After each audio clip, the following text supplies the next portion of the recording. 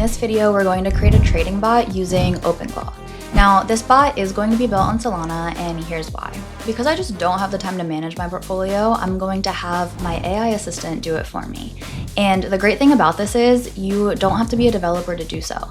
So if you're new to OpenClaw, think of it as your own personal AI assistant that lives on your computer and can talk directly to you through a messaging app. Instead of just chatting with an AI like ChatGPT or Claude, OpenClaw can actually do things for you. It's like having a helper that can control your computer. It can read and write to files, browse the web, and talk to you through your favorite messaging apps. But because of this, it is a security concern, and you want to make sure you do install it safely. If you don't already have OpenClaw set up, check out my installation video linked below, where we securely install OpenClaw by running a GCP instance and install it on the virtual machine that we set up.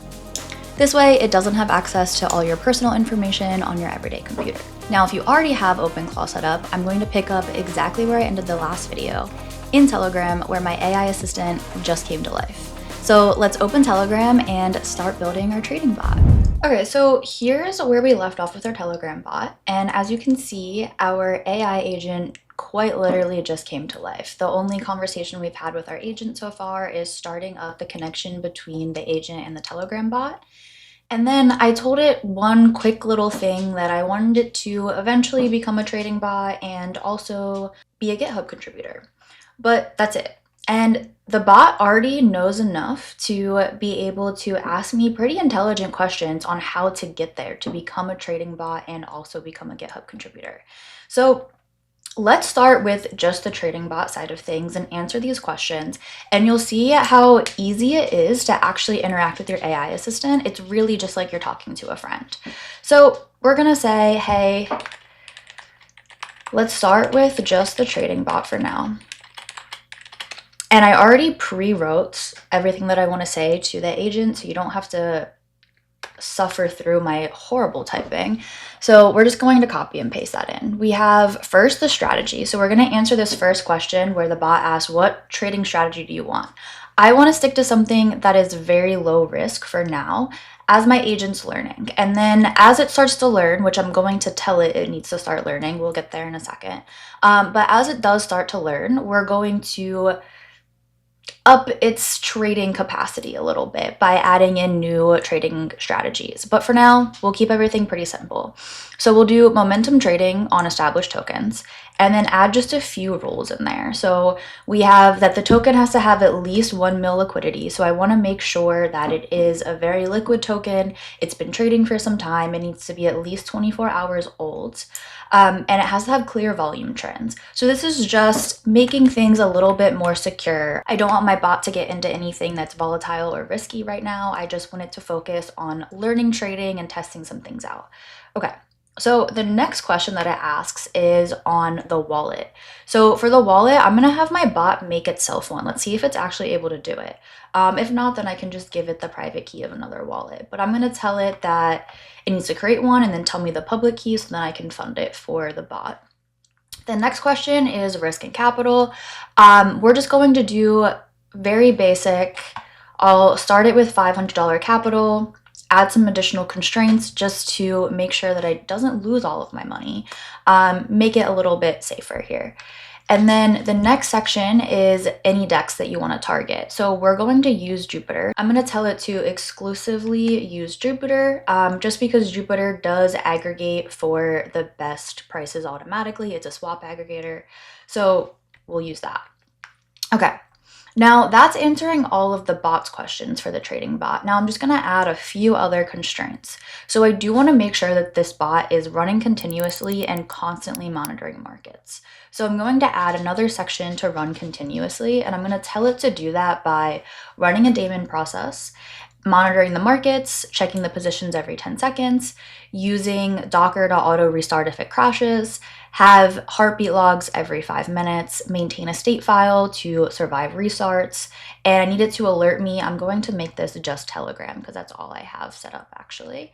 So we'll do alert via Telegram for all important events and then only stop when I tell it to or if some critical error happens. So just if you are coming here and you're not technical, just some background information on what a daemon is.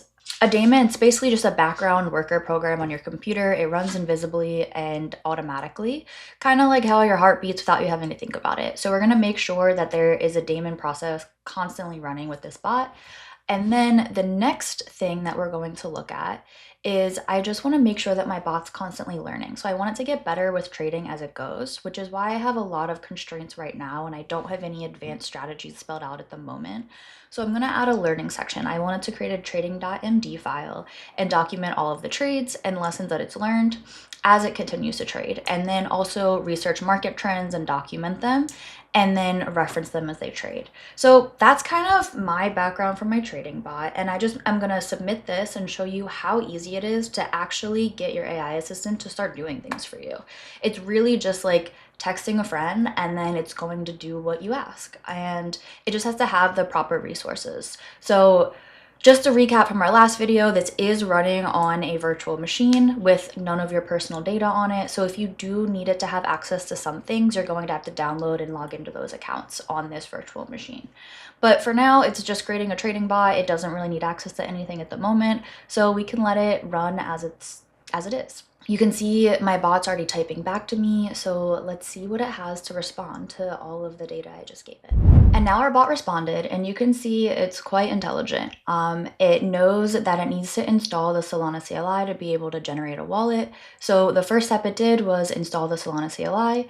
Then it was able to create a wallet, returned the wallet's public key here, and then it stored the private key securely, and then it set up the bot project. So it wrote the core code for the bot, and then it took into consideration everything that I wanted it to be able to create the bot.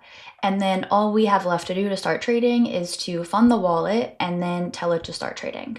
So let's just see exactly what it did. So let's say, how did you go about writing your code for the bot?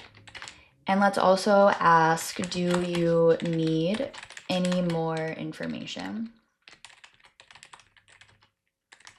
from me to be able to trade to your best ability?